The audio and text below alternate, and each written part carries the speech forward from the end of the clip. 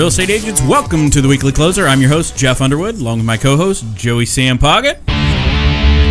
You all know him as the man with the plan. Okay. Hola, senor. Oh, yeah. Oh, yeah. A little macho man action here today. Yeah. How you doing, Joey? I'm doing all right. Hey, we quickly wanted to thank Fidelity National Home Warranty for sponsoring our show. They're awesome. Tony's team. Thank you all. Yes. Absolutely. All Absolutely. Right. Hey, we have a fantastic guest with us today, and that's Steve and Drew, the Drew team, RE/MAX Renaissance Realty. Steve. Hello there, guys. Welcome. Thank you. We're excited to have you to the here. ring. Yeah. This Are is you really ready? cool. No. You bring your gloves with you? I'm kind of regretting I don't have my own mask. I have an extra. Oh, that's tempting. So, Steve, why don't we start with you telling the agents out there how long you've been in the business and what got you into real estate in the beginning? You know, almost a decade now that we've been in it. We got in at the bottom. Really, it was my wife. She had a very unexpected opportunity getting into property management that led to us knowing about some investors, getting to know some of the tenants, spawned an awful lot of business, and we made it through the bottom. Knew if we got to this point, things would be good, and that's definitely been true. All right. Yeah, that was a trying time back then, I think, huh? We saw a lot of challenges, but one of the greatest things it taught me is no matter what the market is, there's an opportunity. Yeah. If you're willing to make yourself available to it. That is so true. There we go. Right? If one That side is. is doing good and the other side isn't, well, there's always something, right? Absolutely. Yep. I agree with that. Be in the right place, doing the right things at the right time. I think a lot of people see a market shift and they get nervous what I was doing doesn't work. Yeah. But that means something else will. And the truth is, the vast majority of people, they won't go looking for the next opportunity. And that's where you can really make some inroads. Yeah, absolutely. You know, I was looking at your Facebook page earlier. It looks like a compromising position there with that Jeep. Do you like to off-road? Absolutely. Absolutely. It taught me that overcoming obstacles is a part of life. And sometimes you got to build and grow a little bit to be able to get over them. Yeah. Nice. Is that your Jeep? Absolutely. Yeah. That's my toy. It looks fun. It's a blast. We go to Moab every year and we wheel out here all the time. Get to take clients out very often. To Moab? Not to Moab, but out here. Yeah. Some of the greatest wheeling in all of the country is actually in our backyard. Yeah. Well, I can see how that. So you have something you enjoy outside of real estate, and if you make the right connections, what does that usually do? Creates opportunities in real estate. Yeah, right. yeah. No, that's awesome. Anyway, I had to just throw that in there because I was looking at that Jeep. It's nice. Listen, I'll tell you, one of the best investments I ever made. I got a $40 Really? sticker that goes on the windshield. It just has my website name. I can verify without a doubt it's the only reason I have 6 home sales. Wow. $40, good investment. That's a great investment. Wow. Mostly from kind of out doing your stuff out in the out in the desert and all that, or just because driving around town? Combination. Okay. I had a guy started talking. I was getting an oil change on it. And I said, maybe you want to check out my website since you're interested in searching for homes. And he goes, I've already been there. That's why I want to talk to you. Wow. Look at that. That's cool. That is so cool. We got to buy a sticker. There we go. $40. That's right. So what are you doing now? What's with the market that we're in, 2018? What are y'all doing? You have a team. Yes. Right? Yes. So that team's been growing, and the team is what makes us successful, honestly. If I'm going to kind of jump in here with this. The best advice that I can give to someone who's out there right now and they're kind of on that edge of they don't have time for their family, they've got good business, get a team. Find a way to partner with people that can help you. My team is everything. My wife and I started together. She brought me in. We almost killed ourselves. But today, I've got 2 buyer's agents on board, 2 that are about to come on board, full-time listing agent, full-time admin person that does paperwork and things, so we can really focus on what matters most, which is we serve our clients. Sure. So today where we're at is we're doing 120 plus transactions a year. we're getting time off, we're able to take a vacation, able to fill ourselves up so that we got something to pour out on our clients. Yeah. Because honestly, that's what it's about, is how well are you going to serve your clients, because that's what determines the future of your business. Right. So when did you get who was the first team member that you hired? The first person we hired, we knew we needed some help way back, and we had a part-time admin person. Mm-hmm. Honestly, having someone answer the phones and be able to help do paperwork when you weren't available was huge. So after a couple of years, we realized we really needed someone full-time, dedicated, and well-trained. And that was our first full-time. She's truly an employee. Okay. And so you recommend that when? Oh, gosh. We didn't hire Nancy, our full-time admin, until almost 5 years down the road. I would recommend, if you get to a point where you're past 15, 20 transactions and you know it's impacting your ability to be there for your family or just get refreshed. Yeah. Really consider that. And there's some virtual options out there that can help you to start the process and creating some procedures and things of that nature. Really helpful. All right. Awesome. Good stuff. So I know your team works valley-wide, but I know that you also have some concentration out in the Queen Creek area. What's going on with the market out there right now? The market is amazing. I told you we've been in this for a decade, and I remember a time when a house would sit on the market. If it was less than a year, you were stunned and excited. Yeah. Today, if you're in Queen Creek or Santan, and most people, it's a wonderful place and it's grown tremendously, but it's still sort of, you have a lot of people who go there because the prices are more attractive. Right. Mm-hmm. If you're under $500,000 today, you're looking at less than a month of inventory. And what I mean is this. There's 500 homes available, and in the last month, we've closed 500 plus. So homes are typically selling in less than 30 days if they're priced right and they're in good condition. That good condition is such a big difference. Yeah. For all you listing agents out there, make sure you're educating your sellers. If they think, it'll be okay, that's the biggest mistake right now, to be honest. And on our team, we've sold 20 some odd homes in the last 3 months, and our average is 11 days. Wow. The market is fast-paced right now. Yeah, that's crazy. So how does that, so obviously inventory is low. So how would you say that is affecting the buyers right now, however, in Southeast Valley? It affects the buyers in that there's a little bit, you would think a lot less inventory, but it's really about the same as last year. You just have more competition. So what it means is this. If there's something attractive, you can't go in thinking I'm going to get a bargain if it's priced right. Yeah. You got to go in aggressive, strong, and honestly, having an agent that knows how to speak to a listing agent and make that offer attractive. And the biggest thing, here's the big secret. When I call a listing agent, I sell them on how easy I'm going to make the transaction, how smooth I'm going to make the transaction. Your advocate is that listing agent. You don't get to talk to the seller. You want to make that listing agent your biggest fan. Yeah, that's a good one. So let me ask you this: with buyers, right? They want to go in. Let's say the house is $250, and they go, "Oh, can you go in and say $240?" I mean, what would you tell them? It's a great question, and we get that all the time. Yeah. The answer is really simple. You can do that, but you risk two things. One, somebody else that gets it tonight. Yeah. Because they went in at full price or near it. Two, even if there's not another offer, a good listing agent that understands the market and a seller who understands the market, they may even be offended by that, and it may not matter. They may not even come back to you and give you a counter offer. Absolutely. Now you've missed out. Yeah. Makes sense. Right. Are you seeing more on the buyer side right now, or listings for you guys? For us, we run slightly to the buyer side, and that's an inventory issue. Yeah. Historically, we've been almost 50-50 and even been on the listing side stronger in a lot of our history. But right now, it's more on buyer because everything we get sells so quick. Yeah. Yeah, for sure. How about the, are you seeing a big increase in people interested in new builds now out there as well? Absolutely. And in our particular area in the Southeast Valley, there's a lot of builders. With that, of course, you have that, it feels like competition. But as a buyer's agent, what I'm doing is educating buyers in this way.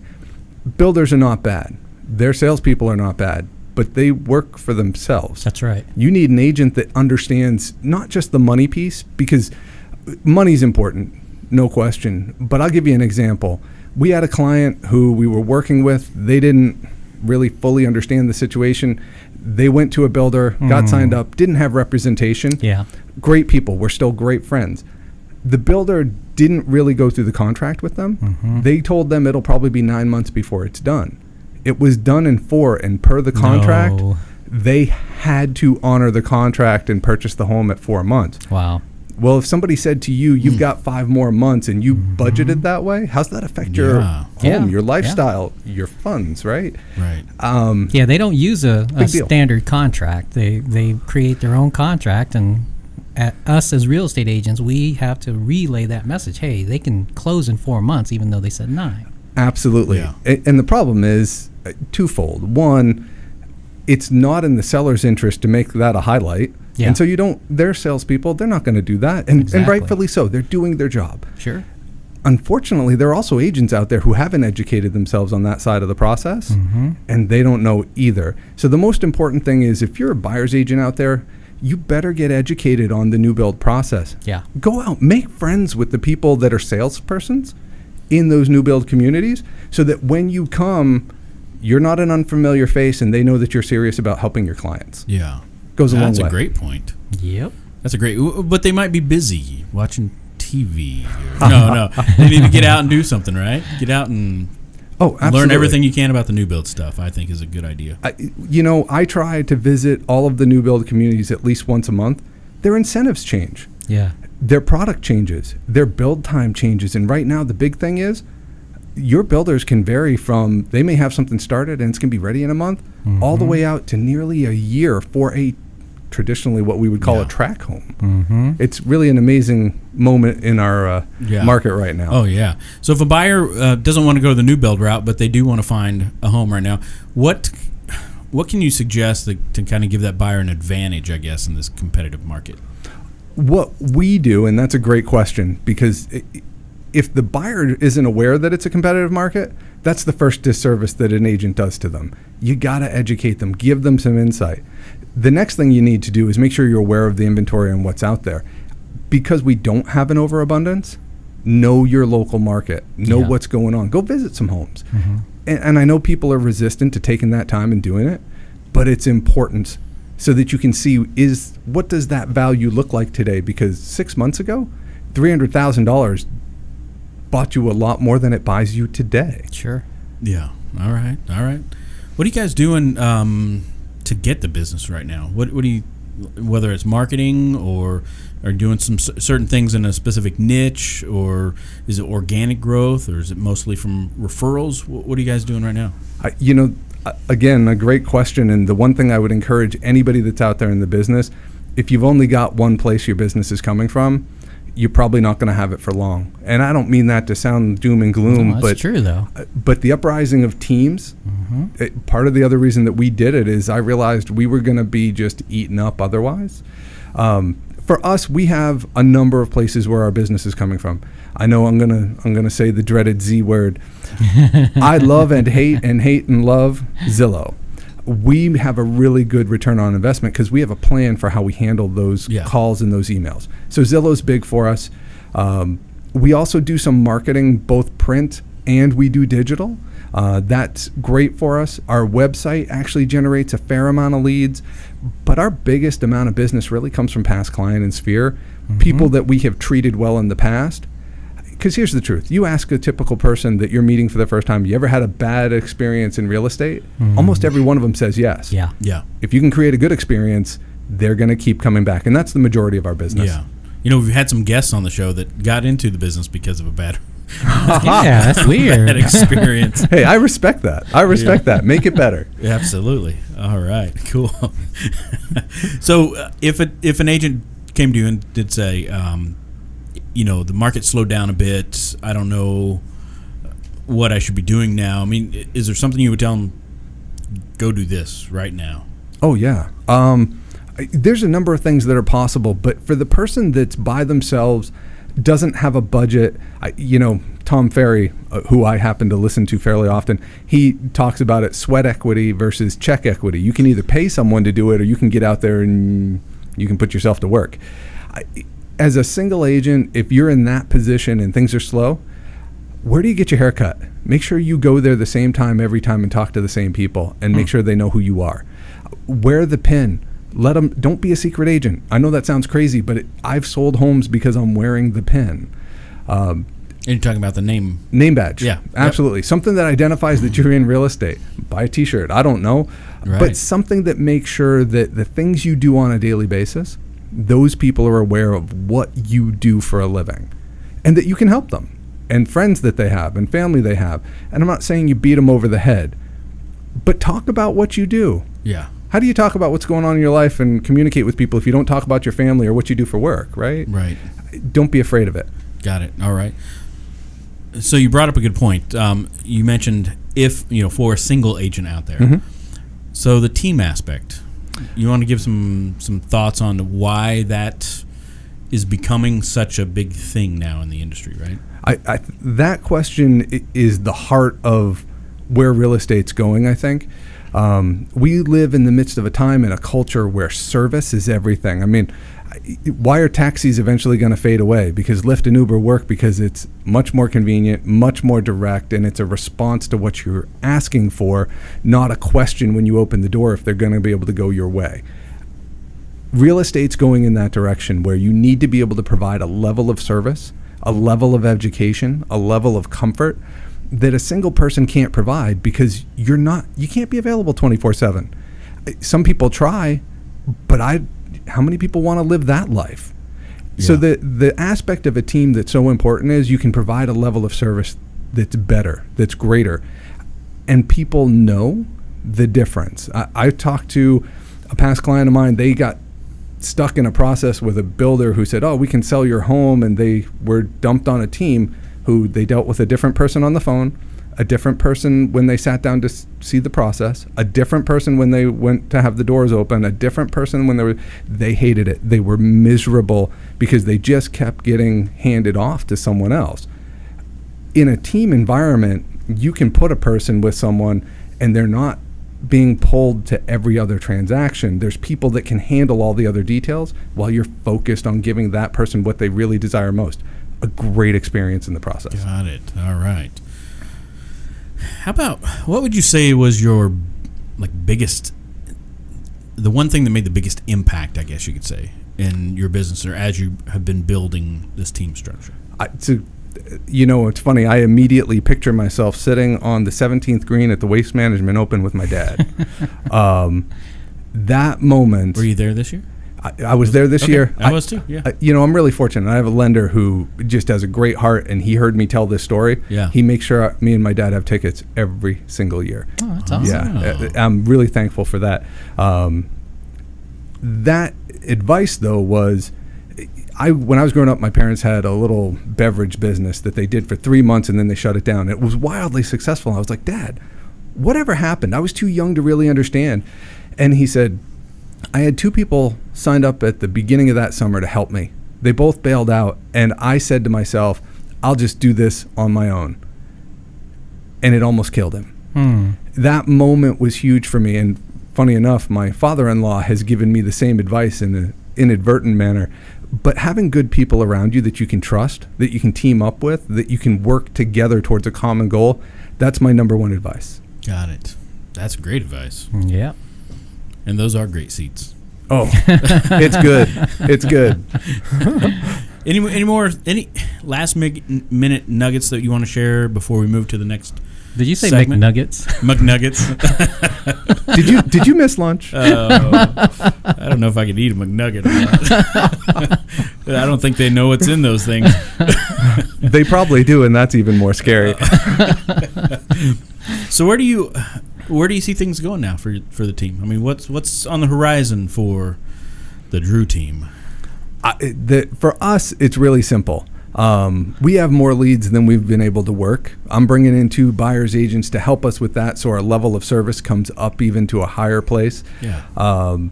You heard me talk about past clients in Sphere, and we're really fortunate that the majority of our business comes from there. But I got to tell you, advice for other agents: focus on that. I'm looking at years of missed opportunities, and if I was honest about it, I have probably missed more business than I gained.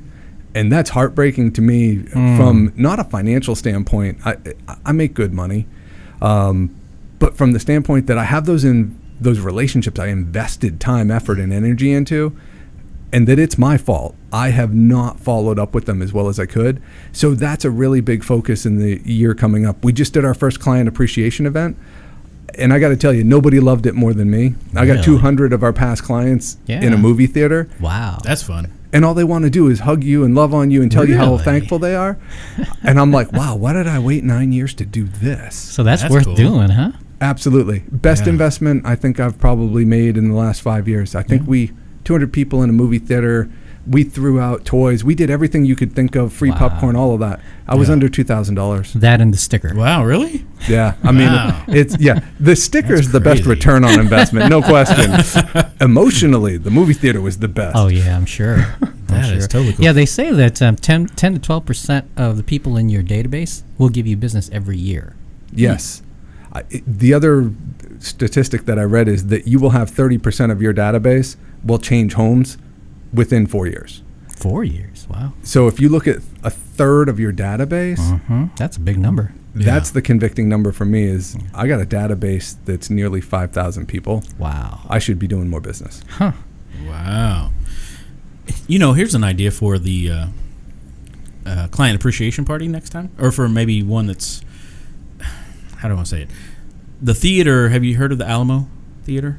Oh, yes, so absolutely. It's the dinner theater? Yes. Now, it would have to be a much smaller group than 200, obviously, but it could be adults only, right? Because I think it has to be adults only maybe in that theater, depending on the movie and what they're serving, I guess, right?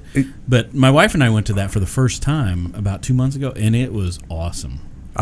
I have a friend who just gave me tickets to go. I haven't been yet. But I'll tell you that I think that's another great piece of advice for agents is know your people well enough to know what's going to really tip the scales for them. What is it that's going to make them feel special? Treat them differently because they're different. Yeah. The movie theater, we had a bunch of geeks there, and it was just awesome. But like, I have some people that are like, you go out in the Jeep, and I'll make that literally their housewarming gift is we're taking a trip out into the desert. Yeah, so that's cool. All right. You just don't hand over the keys for a weekend? Nobody drives the Jeep. I figured. Just wanted to make it Except clear. the Maniacs, right? No. Oh, there you no. go. All right, you ready to get in the ring? Let's go. All right, let's do this. Do it. All right, what's the best advice that anyone's ever given you? Outside of surrounding myself with great people, making sure that you get time off. You can't pour out what you don't have. That's good. That's really good. Joy, I'm taking tomorrow off. No. That's funny. Me too. How about your favorite mobile app? It's going to sound silly, but Follow Up Boss is on my phone. It's how I stay in contact with my clients. Yeah. Nothing wrong with that. Yeah, good system. Absolutely. How about a book recommendation? All right. Real quick. It keeps me centered. I read the Bible every day. Right behind that, though, Darren Hardy has a book called Compound Effect. You should read it once a year. Be a reader. It's worth it. All right. I like the Bible. The Bible's yes, good. Absolutely. How about a productivity tool or software that you use on a regular basis? I'm going to go right back to Follow Up Boss. It may be one of the best investments I've ever made for my sanity. Follow Up Boss. For your sanity. I think it's a guarantee, right, that you keep your sanity when you sign up for. No, I'm just teasing. I'll have to talk to them about that. We can do some advertising. They might give me a break. There we go. Right. All right. One final question. Are you ready? I'll let you draw from the mask there. This is beautiful. What is that, velvet? All right. Go ahead. You can Let's see. What's it say? If you could travel anywhere in the world, where would you go and why? Oh, gosh, that's tough. I have been to Israel, and it's utterly spectacular in ways I never expected. Yeah. You can still crawl around on the ruins because they haven't figured out that people might destroy it yet. And it's pretty amazing to go put your hands on, crawl around on 3,000, 4,000-year-old ruins overlooking the Mediterranean Sea. Yeah, it's pretty spectacular. Wow. But right behind that's Moab, Utah, where we go play with the Jeep. Moab. All right. Joe, you've been to... I've been to Israel. Israel, right? Yeah, I have. It's awesome over there. Not what I expected at all. Yeah, you can bring your Jeep over there next time. We've actually talked about it. The cost is a little bit prohibitive. Just buy one over there. You just want to rent one, probably. It's even worse to buy one, I promise you. Really? They tax cars. Your $25,000 car becomes about $110,000 by the time you're done. Totally serious. So you've already done your research. My wife would live there if I said yes. Really? Wow. Oh yeah. Yeah. Israel's a great place. It's awesome. Well, thank you for sharing that. And Stephen, if somebody watching or listening today wants to reach out to you directly, is that okay? Absolutely. And how would they do that? My phone number direct is 480-772-2868. Text me, give me a call.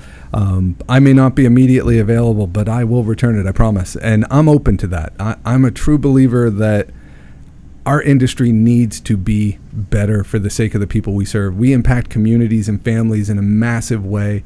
There's 60,000+ agents.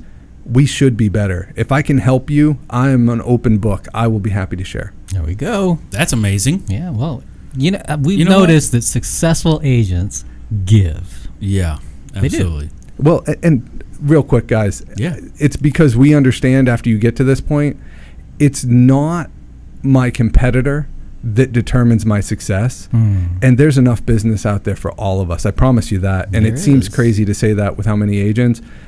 But if we were better, we'd also have more business. And right. the people we serve, they deserve it. That's right. Like it.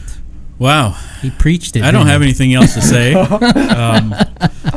That's a great thing to end the show on, don't you think? Yes.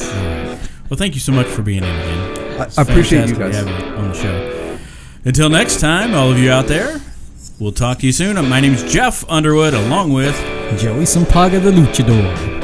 Luchador. See ya. Good job, guys. Good job. That was awesome. I got to tell you, I was like expecting you to go right behind and just go, the Lucador. I just felt like it was coming. I just felt like it was coming. Oh my God.